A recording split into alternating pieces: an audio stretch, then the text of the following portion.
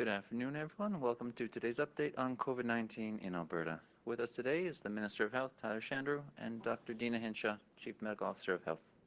Minister Shandro will open today's update. Good afternoon. Thanks, Tom. Now, since the start of the pandemic, our government has taken a careful and balanced approach. We're protecting both lives and we're protecting livelihoods. We've bent the curve down and kept effective health measures in place to protect Albertans. At the same time, we are following a four-step path forward, and it shows Albertans that there is hope and that we're not keeping restrictions in place one day longer than is absolutely necessary. Today, the Cabinet COVID Committee met to discuss a potential move into Step 3 of our Path Forward plan. Now, since it was released in January, the Path Forward has been clear and it has been transparent. The details are posted on our website. Step 3 would see restrictions relaxed on places of worship and adult and youth team sports. It would reopen museums, movie theaters, and art galleries, along with zoos, casinos, and bingo halls. And finally, it would allow private indoor social gatherings with restrictions. And this is a significant step that would touch every part of our province.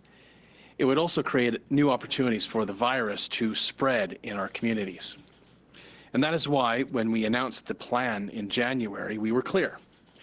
Moving to Step 3 can be considered only when hospitalizations for COVID patients are under 300 and declining. Hospitalizations must be on a clear downward trajectory if we are to enter any new step, just like they were when we entered Steps 1 and Step 2 earlier this year. Today, while hospitalizations are indeed below 300, they've risen in recent days.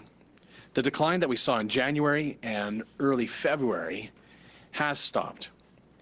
Alberta now sits at 280 COVID hospitalizations, which is a rise of 16 from a week ago. And this is a problem and a warning sign that we must take seriously. In fact, based on transmission rates in the province, we expect to have 300 people in hospital, most likely within a week. And that's why we decided not to move to Step 3 of our Path Forward plan today. There will be no easing of any restrictions at this time. This is the safe move, it's the smart move to make for our province right now, and it's absolutely necessary to help us avoid a third wave that would take more lives and once again put more pressure on the hospital system. This pause is prudent and it's essential, but I know that for many people it's a disappointment. The weather is warming up and we're all tired of the pandemic and the restrictions on our businesses and the restrictions on our activities. Most of all, I know that Albertans are tired of having to worry about this virus and the risk to their families and to their loved ones and wondering when life will get back to normal. But the reality is that given recent case numbers and the number of people in hospital due to COVID is likely to go back over the 300 threshold in the next week.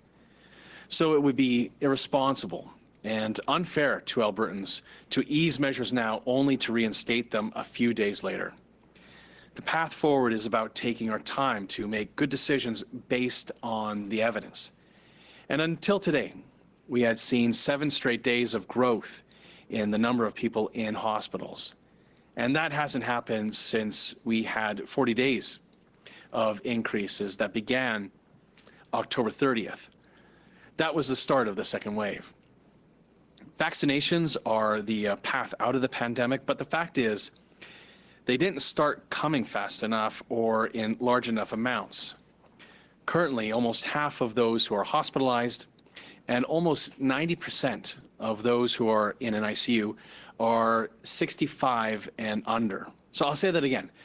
Half of those who are in a hospital bed for COVID are under the age of 65, and almost 90% of those in an ICU for COVID are under 65.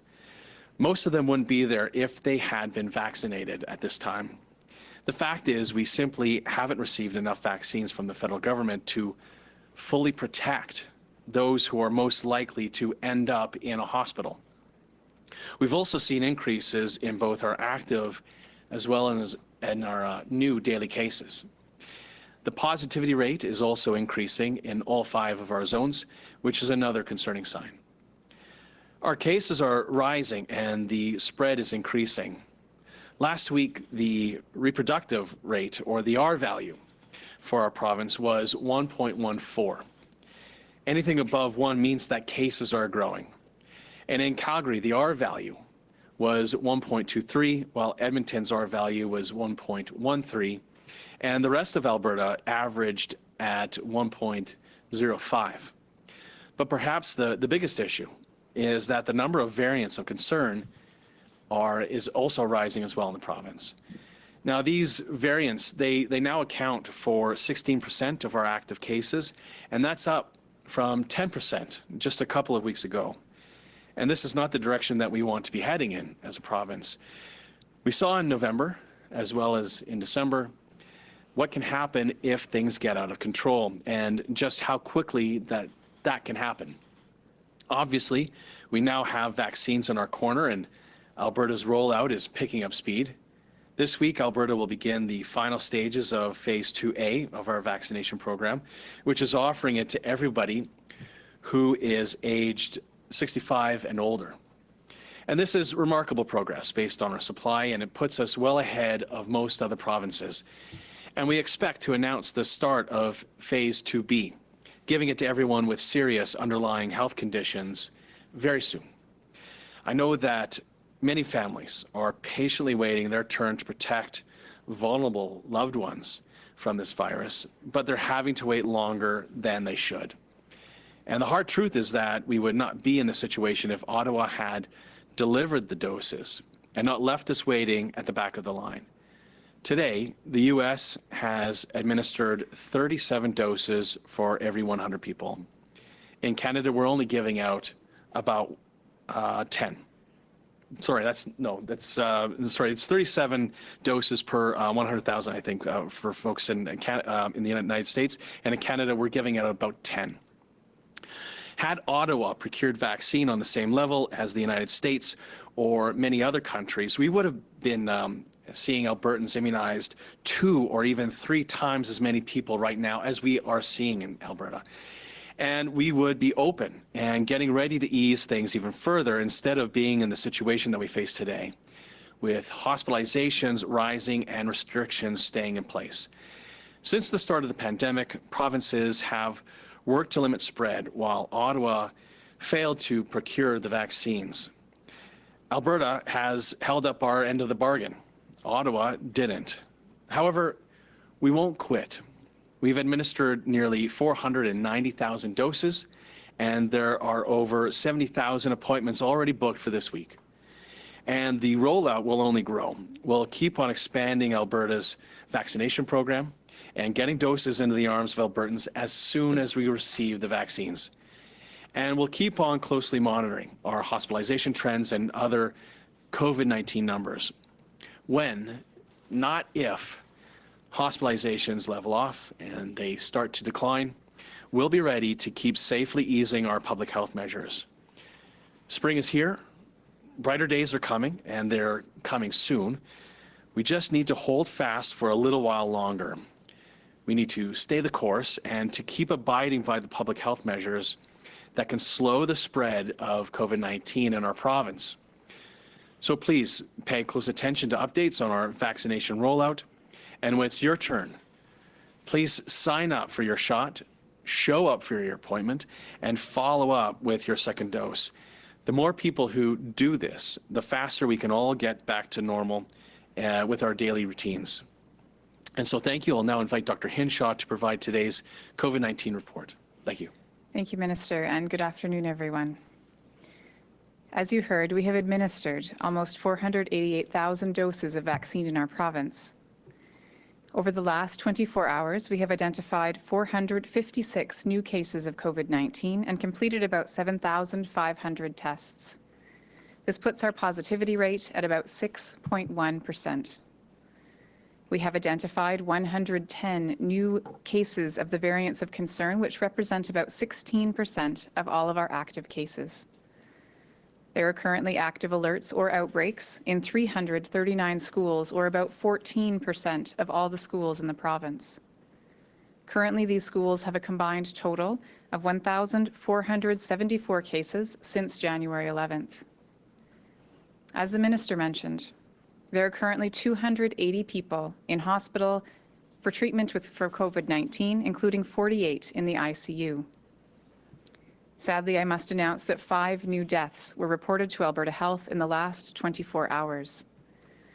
My thoughts are with anyone mourning the loss of someone they loved from COVID-19 or from any other cause.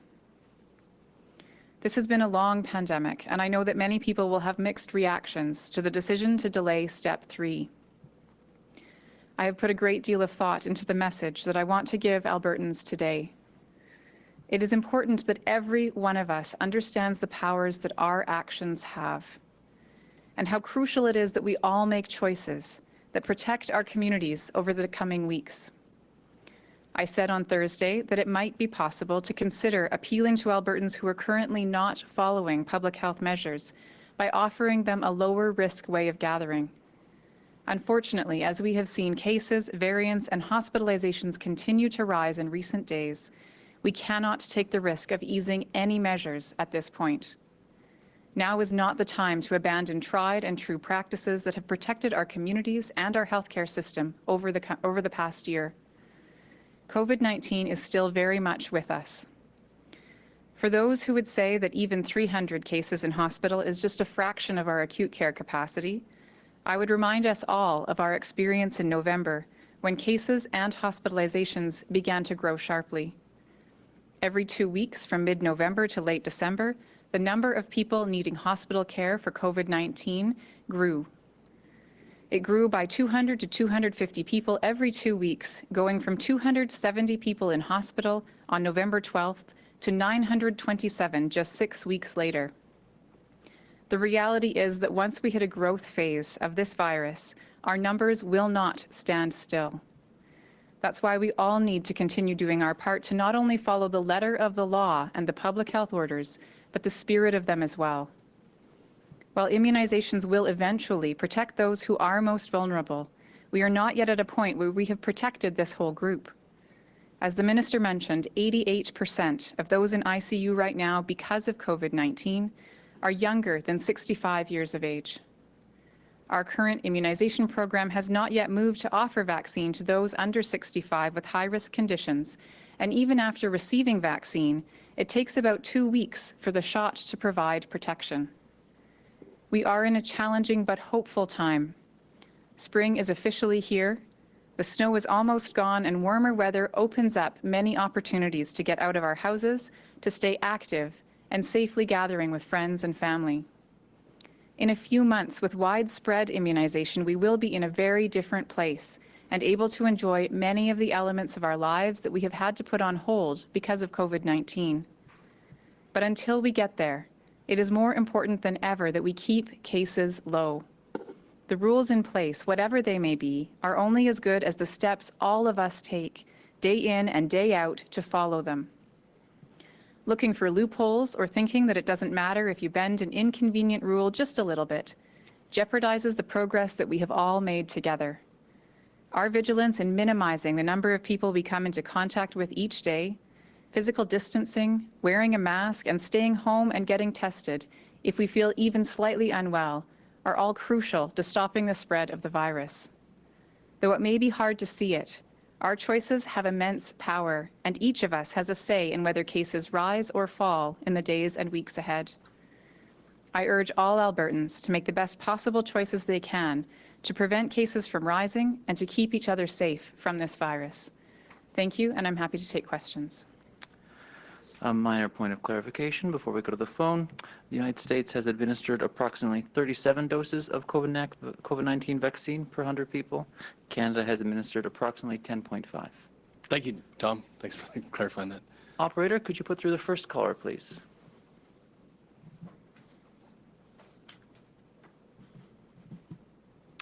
Operator, are you there? Sorry, the first question is Jeff Slack with 660. Go ahead, Jeff. Hi there. This question is for the minister. If COVID-19 numbers continue to increase this week, will we need to move backwards into phase one? Great question, Jeff. As we've said all along throughout the path forward, that the path forward is about easing measures, and whether there might be the need to impose further measures, we would do as we've done throughout the pandemic, that we would look at where there might be transmission in the community, what the reasons for transmission might be, and to try to develop targeted measures regarding those types of activities. So we'll continue to look at the evidence and make sure that the decisions we make, if there is ever a need to impose further measures for the remainder of our response to the pandemic based on that evidence. Is there a follow-up, Jeff? Yeah, the spread of the virus continues to be an issue in younger adults, with the majority of cases found in those 20 to 39. Now, is there any plan to start giving the vaccine out to this age group sooner to help deal with rising cases? There isn't, and the reason is because our focus is on making sure that the priority groups are folks who are the most vulnerable of a severe outcome, like death or hospitalization, that our focus is going to continue to be making sure that we don't have the pressures on our healthcare system. And that was the reason for the layered and broader measures that we imposed in November and December. Now, we do know that spread among younger people can lead to spread among people who are vulnerable to a severe outcome. But look, we want everybody to be able to get the vaccine as soon as possible. The difficulty is, again, in the supply. And if we are having a limited supply from the federal government, we have to take that limited supply and provide it to the people who are the most vulnerable at this time. But from the allocations that we're estimating from the National Operations Center right now for the 3 vaccines that currently were being provided here in Alberta, that we expect by the end of Q2 that every adult Albertan would be able to get their first dose by the end of June. Thanks, Jeff. Operator, could you put through the next caller, please? Next is Kevin Nimick with CTV. Go ahead, Kevin. Hi there. Question for the minister, just following up on Jeff Slack's question. What specifically would you have to see to move Alberta back to step 1 of the reopening plan? Sure, Kevin. Happy to answer this again. So it's not about moving back a step. It's about looking where there might be growth in numbers and where the transmission might be. And so whether there is growth in a certain type of activity, then there might be, and it might be in a geographic basis.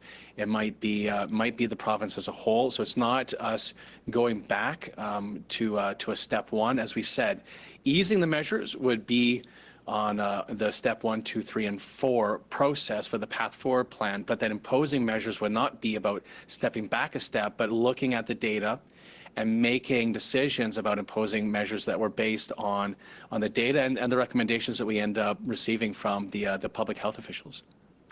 Is there a follow-up, Kevin? Yeah, Minister, can you be more specific? Are you suggesting a regional approach to rolling back some restrictions in some areas and not others? Or what are you saying when you say we need to look at the specific data? Well, I'm not talking, well, it could be by a geographic approach, but I'm thinking more specifically, Kevin, it's not about all of the measures that might be included in a step. It might be just certain measures that are targeting a specific activity where we might see the cause of increased growth in the community. So it's about looking at the data and where we see the cause of growth. If we, for example, saw it in that specific activity, there might be the imposition of further restrictions related to that activity. But again, this is getting the advice and the recommendations from our public health officials, including those who are in Dr. Hinshaw's office. Operator, could you put through the next caller, please? Next is James Keller with the Globe and Mail. Go ahead, James. Hi, Dr. Hinshaw. What percentage of new cases, I know that we've got the 60% for all active cases, and there's a bit of a lag there because that includes cases that were diagnosed as long as 2 weeks ago. So what percentage of new cases involve these variants of concern, and do you expect them to eventually become the dominant version of COVID in Alberta? And if so, when do you think that might happen? The most recent data that I've seen, and as you know, there's a little bit of a lag between when a COVID case is identified and when the screening is completed.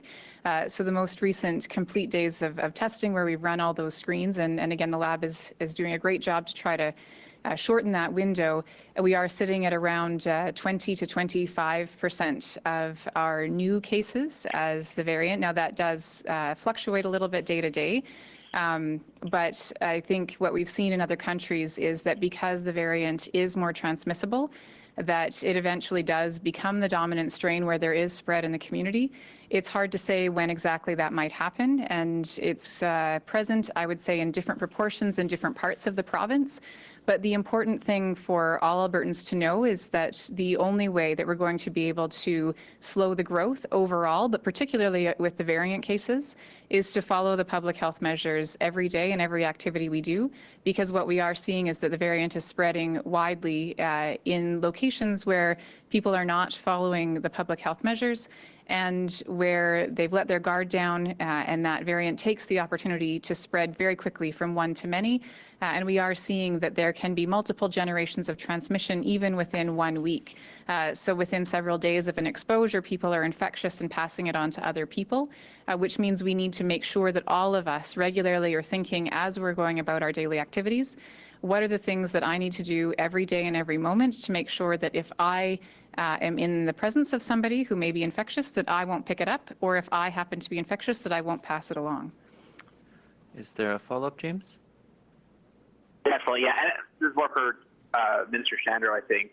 In terms of the benchmarks and focusing on hospitalizations, we've had to delay these steps twice because, as we're seeing, hospitalization numbers on their own don't tell you enough about what's happening now in the community. So do you think the hospitalization, so the focus on that, was a mistake? And do you need to revise the plan, even if it's just to make this easier to communicate to Albertans? Because we're getting to this point where people see that we're under a certain threshold and get really frustrated that we're not moving forward when, as you're discovering, there's not really enough information on its own to make these decisions. Thanks. Not at all. This is the Path Forward plan doing exactly what it was designed to do, for us to be able to look at our hospitalizations, but also giving us a window to be able to look at how the easing of any measures might affect growth in our community, and as well to make sure that we knew that cases can go up and they can go down, and hospitalizations can go up and go down, that as we go through the Path Forward plan, looking at whether hospitalizations are declining.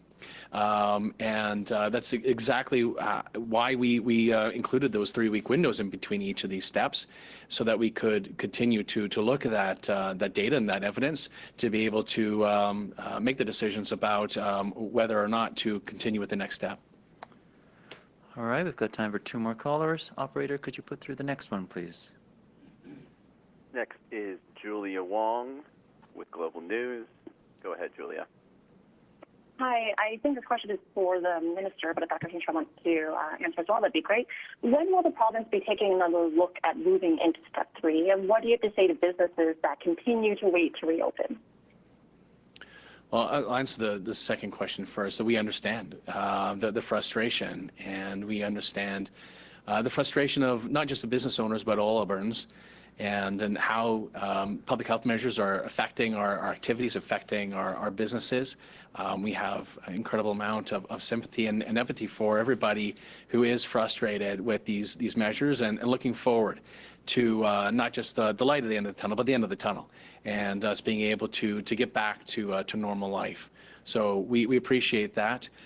We will continue to look at whether the hospitalizations today went down from 282 to 280, whether that's a trend that continues, or whether it was we continue to see increases in hospitalizations. We'll continue to look at our case numbers as well, and the percentage of our new data cases that are variants of concern, and being able to judge all of those measures, including the positivity rates in the zones, the R values, and being able to look at whether and when we can have further easing of measures in the days to come. Is there a follow-up, Julia? Yeah, just a clarification. So it sounds like you'll just be real-time tracking how the numbers go. So to be clear, there isn't a date 2 weeks from now where things will be reassessed. I'm just hoping you can clear that up for me.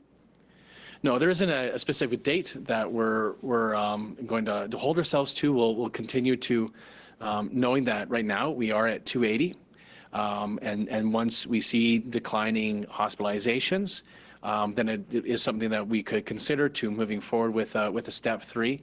But right now, knowing that we had 7 days of increases in our hospitalizations, we do see a setback with increasing numbers in our daily cases. That the prudent and safe thing to do is for us to be able to hold off on proceeding with step 3, continue to monitor the situation, and move forward to step 3 when it is prudent and safe for us to do so. Operator, could you put through our final caller, please? Final question is Lauren Boothby with the Edmonton Journal. Go ahead, Lauren. Hi, this question is for Dr. Hinshaw. I'm wondering if you can tell us where we're thinking these rising cases are coming from. Are these connected to any particular venues or anything connected to reopening in step 2? We're seeing, as we have for some time, a few different trends. One is spread within households, particularly with the variants of concern and the B117, which is the one that we have the most of in Alberta. When an individual is sick or infectious with that, they transmit very easily within the household. So we are, as we have been for quite some time, seeing a lot of transmission within the households. And so I would remind people that if anyone is exposed to COVID-19 and is living in a house with other people where they can't effectively isolate or quarantine away from them, there is the Alberta Isolation Hotel program, and that is explicitly for those who have that difficulty and provides the opportunity to safely quarantine or isolate outside of a household so as to not put others at risk. We are also seeing trends of social gatherings, and so again, recognizing that it has been extremely frustrating in a very, very long time that people have gone without seeing family and friends in indoor social gatherings, recognizing that over the Christmas season, Albertans were one of the best performing groups in the country when it came to making sure they were protecting their communities by not having those social gatherings. We need to get back to that just for the next little while, again, because we know that social gatherings are driving spread. And we're seeing, again, very rapid spread from one to many when people are in situations where the public health measures are not being followed. Is there a follow-up, Lauren? Yes, just for Dr. Hinshaw, if you can just explain the social gatherings having cases that outside. Also, you didn't answer the question about if cases are tied to things reopening. What do we know about cases that are tied to things that had restrictions eased during the last stage? So again, I don't have the most recent specifics of the percentages. I could tell you specific instances that have been shared with me where, again, it doesn't matter what context someone is in. If we let our guard down, the virus can spread quickly from one to many. So we have seen, for example, very rapid spread in some restaurants where individuals had the variant, were infectious, went to multiple restaurants and spread the virus very quickly in multiple locations in one night. Or, for example, again, where people who were infectious attended a workplace, and again, the guard was let down and the virus spread rapidly. So I wouldn't say there's any one particular context where all of our spread is happening. The common thread between all of this spread does seem to be, again, people are tired of the measures, letting their guard down, and just, again, it can happen very quickly if we let our guard down. Even for a few minutes, it can cause transmission if someone's present who's infectious. And I'm sorry, what was the other question? Just about if cases, I think I just asked if the cases were connected to any restrictions that were eased, but you kind of answered that. Do you have any information about cases being connected more so to any other steps that were part of things that were open in step 2?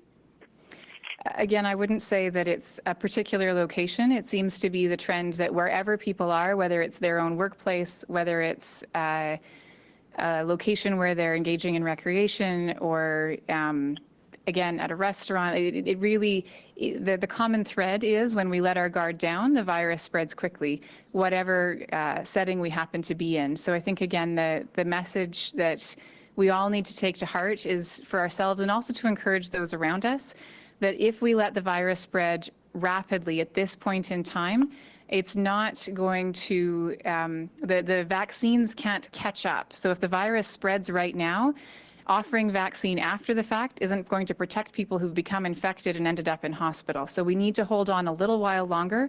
We need to protect our communities and give ourselves time to get vaccines on board, those who are at the highest risk. Thank you all for joining us tonight. Dr. Hinshaw will provide another update on Wednesday afternoon. Have a safe evening. Thank you.